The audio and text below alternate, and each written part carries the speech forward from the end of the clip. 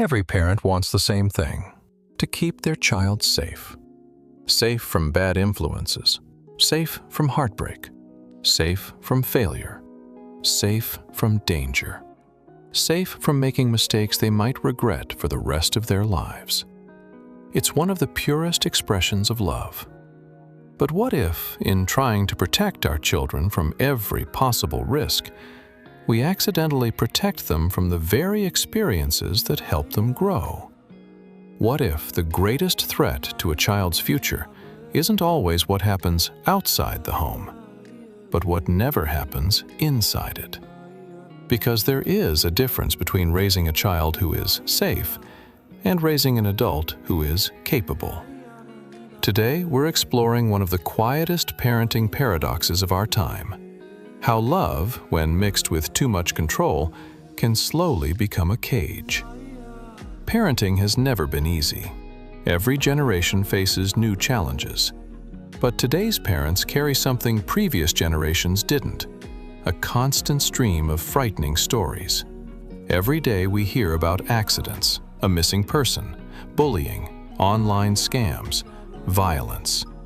The worst moments from around the world arrive on our phones within seconds. Without realizing it, our brains begin to believe that danger is everywhere. So we respond the only way we know how. Be careful. Don't climb that. I'll do it for you. You're too young. Stay inside. Don't talk to strangers. Again and again. These words come from love. There is nothing wrong with wanting to protect your child. The problem begins when protection quietly replaces preparation. Because children are not preparing to stay children forever. They're preparing to become adults. Think about confidence for a moment. Many people believe confidence comes from encouragement, being told, "You can do it. You're amazing." Those words matter, but they are only the beginning. Real confidence comes from evidence collected over time. I solved that problem. I made a mistake and recovered. I was nervous, but I figured it out. I didn't know what to do until I learned. Confidence isn't something we give children. It's something they build, one experience at a time. If every difficult situation is removed before they can face it, they never collect the evidence their minds need. And without that evidence, even the smartest child can grow into an adult who quietly doubts themselves. This is why intelligence and capability are not the same thing. Someone can graduate with excellent grades, yet struggle to make everyday decisions. They wait for someone else to tell them what to do. They hesitate before speaking up at work.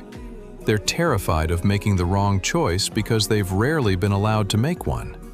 A simple conversation with a stranger feels overwhelming.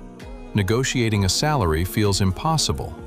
Setting boundaries in a relationship feels frightening, not because they aren't intelligent, but because intelligence cannot replace experience. Life asks questions that no classroom can fully answer, and those answers are learned through living. Many of the skills that shape adulthood are surprisingly ordinary: learning to solve disagreements, managing money, making a phone call, ordering food, finding your way somewhere unfamiliar, owning up to a mistake, accepting rejection without believing you're a failure. These moments may seem small, but together they become the foundation of independence. Every time a child is trusted to handle an age-appropriate responsibility, they receive an important message: "I believe you can do this." That belief slowly becomes their own. There's another pattern that's harder to notice. When someone grows up with every decision made for them, they may unconsciously begin expecting life to continue that way. Instead of asking, "What can I do?" they ask, "Who will fix this?" Sometimes they wait for a parent, sometimes for a partner, sometimes for a boss or even an employee. Sometimes they wait for circumstances to change on their own by hoping, just simply having faith. Even faith can be misunderstood. Faith can give us hope. It can give us strength. It can remind us that we are never alone. But faith was never meant to replace responsibility. Trusting God and taking responsibility are not opposites. They work together. Throughout life, Wisdom has always involved both faith and faithful action, the courage to pray and the courage to move. Children need to learn that while they won't control everything life brings, they can always choose how they respond. Perhaps one of the greatest classrooms isn't a school at all. It's the world itself. It's making new friends, misreading someone's intentions and learning from it, apologizing after hurting someone, being disappointed, trying again, learning that not everyone thinks the same way you do, discovering that kindness and discernment can exist together. These lessons cannot be downloaded. They must be experienced.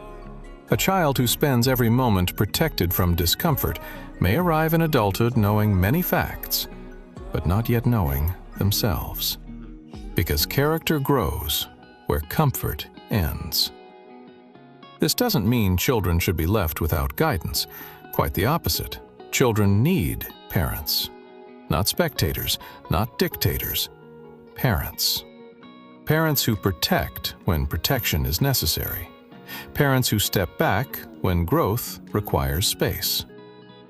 Think about riding a bicycle. At first, you hold the seat. Eventually, you let go. Not because you stop caring, because you care enough to believe they can ride. Parenting works much the same way. The goal isn't to hold on forever. The goal is to prepare them for the day you can't. There is another gift many children need today, not just rules. It's called relationship. Some of the strongest families are not the ones where children fear their parents. They're the ones where children trust them. Being your child's friend doesn't mean giving up your role as a parent. Children still need boundaries. They still need guidance. They still need correction. But they also need to know something else. I can tell my parents the truth. Imagine the difference. Instead of hiding a mistake, they tell you. Instead of lying about where they went, they come home and share their day. Instead of facing danger alone, they ask for help. That kind of honesty isn't built through fear. It's built through trust. When children know they can speak without immediately being shamed or dismissed, they become far more likely to invite you into their world. Ironically, giving them a safe relationship often makes them safer in the real world, because you're no longer trying to control them from a distance. You're walking alongside them. None of this means we should stop protecting our children. Protection is part of love, but so is preparation. The purpose of childhood is not to avoid every mistake. It's to make small mistakes while the consequences are still small, so they are ready when life presents bigger ones. A scraped knee may teach caution. A forgotten homework assignment may teach responsibility. A disagreement with a friend may teach empathy. A part-time job may teach discipline. A difficult decision may teach wisdom. If we remove every obstacle, we may also remove every opportunity to grow. One day, every parent faces the same reality. There comes a morning when your child walks into the world without you beside them. No amount of protection can prevent that day from coming. The question is not whether they will face challenges. They will. The question is whether they will believe they are capable of facing them. Because courage isn't the absence of fear, it's the confidence that says, "I've handled difficult things before. I can learn again." That confidence doesn't appear overnight. It is built over years of trust, responsibility, practice, failure, growth, and love. Perhaps that's the balance every parent is searching for. Give your children roots, so they always know where home is, but also give them wings, so they can discover who they are beyond it. Protect them when they truly need protection, but don't protect them from becoming capable. Teach them that mistakes are teachers, not life sentences. Teach them that asking for help is strength, not weakness. Teach them that your greatest hope isn't that they never fall. It's that they always know how to rise again. Because safety is a beautiful gift. But when safety becomes the only goal, it can quietly become a cage. And children were never meant to spend their lives inside cages. They were meant to grow. If this message resonated with you, share it with someone raising the next generation. Sometimes the greatest act of love isn't doing everything for our children. It's believing they can learn to do difficult things for themselves. And if you're seeking timeless wisdom for love, life, and personal growth, consider subscribing and joining us for the next conversation.